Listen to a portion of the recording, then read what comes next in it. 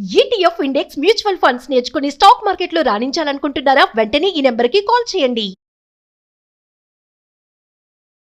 రాజేంద్ర ప్రసాద్ గారు, ఫస్ట్ అయితే మనం ఇప్పుడు అందరూ బాగా మృత్యుంజయుడు ఎవరు, మన రమేష్ గారు, ఆయన గురించి మనం మాట్లాడుకుంటే నిజంగా 11A సీట్ అనేది ఎవరు తీసుకోరంట. ఈయన మాత్రమే తీసుకున్నందుకు ఆయన అక్కడి నుంచి బయటపడ్డాడు. ఆయన లేచి చూసేసరికి శవాలన్నీ ఇలా కుప్పలు కుప్పలుగా, అంటే నిజంగా ఆయనకి ఎంత భయభ్రాంతిలో ఉండింటాడు. ఫ్రాక్షన్ ఆఫ్ సెకండ్స్ లోనే అంత అలా ఎక్కాము, అలా కళ్ళు సౌండ్ వచ్చేసింది, ఇలా మనుషులు వెళ్ళిపోయారు, ఈయన ఒక్కడు బయటకు వచ్చాడు. ఆ 11A సీట్ ఏంటండి అసలు? చాలా విచిత్రం అండి. 242 మందిలో ఒక్కడే బయటపడుతుంటే అతనికి నూకలు రాసి పెట్టింది భూమి మీద. అది rarest of the rarest incident అండి. ఎందుకంటే అతను ఇంగ్లాండ్ సిటిజన్, భవన నిర్మాణ కార్మికుడు అంటారు రమేష్ అనే అతను ఎమర్జెన్సీ ఎగ్జిట్ లెఫ్ట్ సైడ్ 11Aలో కూర్చొని ఉన్నాడు. ఆ విమానము టేకాఫ్ అయిన 30 సెకండ్స్లోనే అది కూలిపోయింది. అంటే 400 అడుగులు భూమి నుంచి 400 అడుగుల వరకు ఎగరగలిగింది. 400 అడుగుల నుంచి పడింది 30 నిమిషాల్లో. అంటే ఇతను ఎంత అలర్ట్గా ఉండడం మీరు ఆలోచించండి. ఎవరు కూడా పైలట్స్ కానీ, ఎయిర్ హోస్టెసెస్ కానీ, వాళ్ళకి అందరు తెలుసు. వాళ్ళు కూడా చేయలేని పని ఇతను ఆ ఎమర్జెన్సీ డోర్ని ఎప్పుడైతే పసిగట్టాడో ఇదేదో కూలిపోతుందని ఆ 30 సెకండ్స్లో అతని సమయస్ఫూర్తిని మనం చాలా మెచ్చుకోవాలండి. ఎందుకంటే ఆ 30 సెకండ్స్లో తను ఆ ఎమర్జెన్సీ ఎగ్జిట్ డోర్ని హ్యాండిల్ని ఓపెన్ చేసి ఆ విమానం నేల మీద వాలే లోపి అతను బయటపడ్డాడండి. అంటే అతను పడిన తర్వాత విమానం కొంచెం ముందుకెళ్ళి, అంటే ఒక 100 మీటర్ల దూరంలో కుప్ప కూలి కాలిపోయింది. అదే అతను కొంచెం అక్కడ వాళ్ళంటే మొత్తం ఏవియేషన్ ఫ్యూయల్ దాంట్లో అతను కూడా చిక్కుపోయి కాలిపోయి ఉండేవాడు. అంటే అతను విమానము ఎక్కడైతే రోడ్ మన నేల మీద ఇంపాక్ట్ అవటానికి ఇంకా ఒక 10 సెకండ్లో అది ముందుకెళ్ళి ఇంపాక్ట్ అవుతుంది. ఈ 10 సెకండ్ లోపే అతను ఆ డోర్ ఓపెన్ చేసుకొని కింద పడ్డాడు. అతి తక్కువ హైట్ లో అతను మళ్ళీ లేచి నిలబడి నడవగలిగాడు. అంటే అతను అదృష్టం చూడండి మీరు. అతను పైలట్ కూడా మిగిలిన 30 సెకండ్లే. ఆ 30 సెకండ్లో 400 అడుగులు టచ్ కావాలి. ఆ 400 అడుగులు టచ్ అవుతున్నప్పుడు అతను ఎక్కడైతే విమానం కూలిందో అక్కడ పడి ఉంటే అతను కాలిపోయి ఉన్నాడు అందరితో పాటు. దానికి ముందు ఒక 3-4 సెకండ్ల ముందు ఆయన ఆ ఎమర్జెన్సీ 11A పక్కన ఉన్నటువంటి ఎమర్జెన్సీ ఎగ్జిట్ డోర్ ని ఓపెన్ చేసుకొని, అది కూడా భూమి తక్కువ ఎత్తులోనే, జస్ట్ మీరు అనుకోవచ్చు ఒక 20 అడుగులో 15 అడుగులో ఉంటుంది అంతే. 15 అడుగుల నుంచి జస్ట్ దూకాడు. ఈ 15 అడుగులో విమానం కొంచెం ముందుకెళ్ళి కూలిపోయి తర్వాత మంటల్లో చిక్కుపోయింది. అంటే నిజమైన అదృష్టం అంటాడు ఆయన. ఇట్లాంటి జరగటం చాలా రేర్ అనమాట. అతని సమయస్ఫూర్తి, అతను ఇమ్మీడియట్ గా రావటము అన్ని కలిసి వచ్చినాయి అతనికి. మిగతా ఏ పాసెంజర్ కూడా ఆ విధంగా చేయలేకపోయాడు. కరెక్ట్ అండి. ఇప్పుడు మామూలుగా మనం సౌందర్య గతంలో చూసుకుంటే, సౌందర్య ఫ్లైట్ ఇలాగే బెంగళూరు అప్పుడు ఎలక్షన్స్ టైంలో ఇలాగే ఫైర్ యాక్సిడెంట్ అయిపోయింది. అంటే ఇలాంటివన్నీ ఎక్కువగా టేక్ ఆఫ్ ల్యాండింగ్ టైంలోనే ఎందుకు అవుతాయండి? అప్పుడు తనకు కూడా ఇంకా ల్యాండింగ్ అయ్యే టైంలోనే కదా ఇలా కాలిపోయింది పాపం తను కూడా. అవునండి, జక్కు రేట్ ఫీల్డ్ లో సౌందర్య గారిది అప్పుడు జరిగింది ఎలక్షన్ క్యాన్వాసింగ్ కోసం. అప్పుడు ఆమె వస్తూ కూలిపోయిందండి. ఎప్పుడు టేక్ ఆఫ్ ఫ్లయింగ్ లో అంటే రెండే ఇంపార్టెంట్ అండి.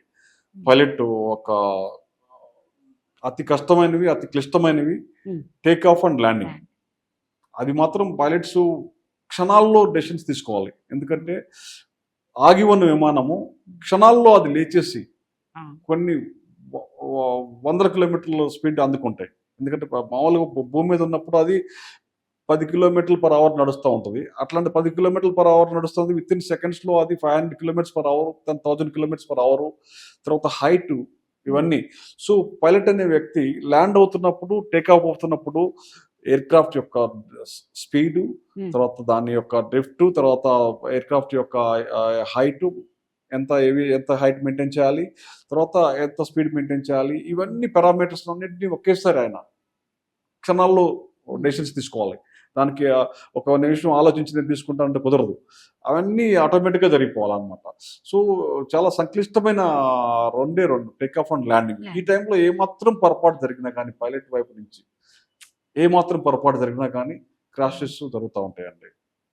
కానీ బట్ రేర్, అవన్నీ చాలా రేర్ అనమాట. ఇప్పుడు ఈ విధంగా టేక్ ఆఫ్ ఇప్పుడు ఇది టేక్ ఆఫ్ అవుతున్నప్పుడు జరిగినవి మొత్తం అనలైజ్ చేసుకుంటే ఒక 2.8% మాత్రమే జరిగినాయి ఇప్పటి వరకు. అంటే అన్ని యాక్సిడెంట్స్ తీసుకొని మనం Hmm. అనలైజ్ చేస్తే ఈ విధంగా జరిగిన 2.8% మాత్రమే, చాలా తక్కువే. చాలా తక్కువ.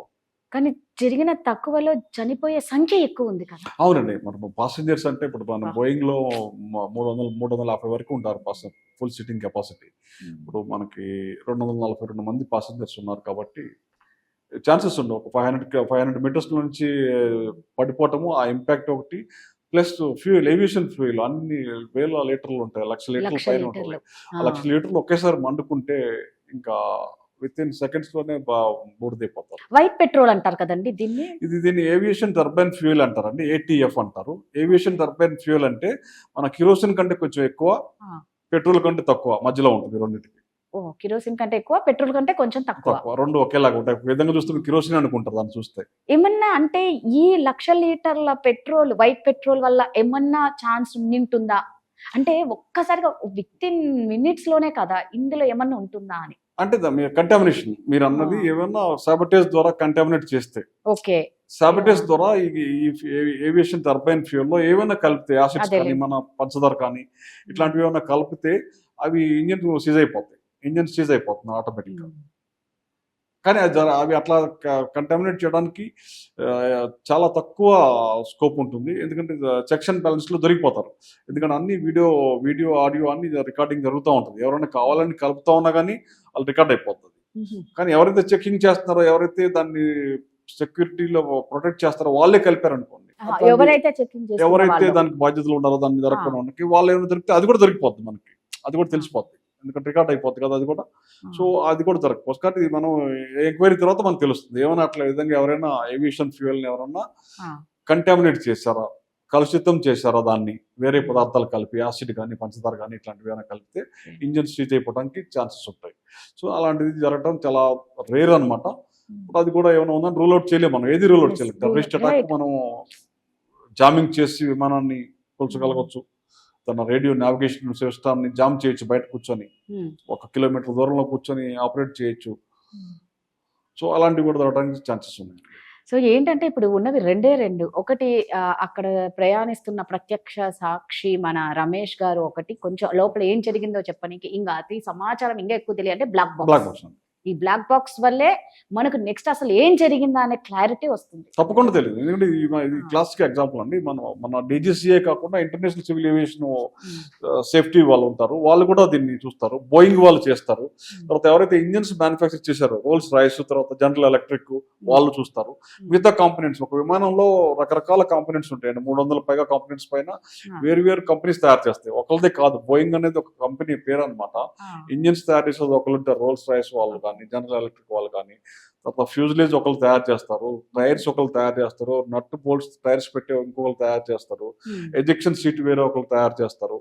ఇలా వేరియస్ కంపెనీస్ అవన్నీ standard checks, quality control complete గా 300% చెక్ చేసిన తర్వాత వాటిని వాడతారండి. అన్ని టెస్ట్ చేస్తేనే ఇంత దారుణంగా ఉంది అంటే మామూలుగా అంటున్నానండి. ఇప్పుడు మామూలుగా దాన్ని ఆ ఫ్లైట్ ఎక్కిన వాళ్ళు ఎన్నో ఆశలు, ఫ్యామిలీస్, పిల్లలు చదువుకోనికి అన్నట్లు బిజినెస్ ఎంటర్‌ప్రెన్యూర్స్, మన గుజరాత్ మాజీ సీఎం, అది ఎంత విచిత్రంగా ఉందంటే ఆయన ప్రతి వెహికల్ పైన 1206 అని ఉంటుంది. 1206 ఆయన చనిపోవడం కూడా 1206 జూన్ 12. అసలు ఏందండి అది? యాదృచ్ఛికం అండి. ఇప్పుడు మన విమానాల్లో మన వివిఐపి ఆయన మాజీ ముఖ్యమంత్రి గుజరాత్ కి రూపాలి గారు, దురదృష్టకరం అది. ఆయనకు లక్కీ నెంబర్ 1206. అదే 1206 లో ఆయన ఇలా చనిపోవడం అంటే నిజంగా ఒక విధంగా బాధాకరమైన విషయం. చూడండి, అది కూడా ఆ విషయం మనకి ఇప్పుడే తెలివి వచ్చింది. ఆయనకి ఒక స్కూటర్ తర్వాత వ్యాగనారే ఉందని. చూడండి, ఒక మాజీ ముఖ్యమంత్రి, ఇంకా ఒక స్కూటర్ కూడా ఆయన 1206, అలాగే మారుతి వ్యాగనార్. సో అలాంటి ముఖ్యమంత్రులు కూడా రేరు మనకి. ఆ విషయం మనకి ఆయన చనిపోయిన తర్వాత తెలిసింది. లేకపోతే ఒక ముఖ్యమంత్రి వ్యక్తి దగ్గర ఒక స్కూటరు మారుతి వ్యాగనార్ ఉందంటే అది ఆయన ఎంత సింప్లిసిటీకి ఆదర్శం. ఆయన దురదృష్టకరం ఆ నెంబరు అదే రోజు పోవటం కూడా. అంటే నిజంగా ఎంత బాధాకరమైన విషయం అంటే గుండెల్ని పిండేస్తుంది. అంటే ఎన్నో కుటుంబాలను విషాదంలోకి నింపింది, ఎన్నో ఆశల్ని కాల్చి బూడిద చేసింది ఈ ఫ్లైట్ యాక్సిడెంట్ అండి.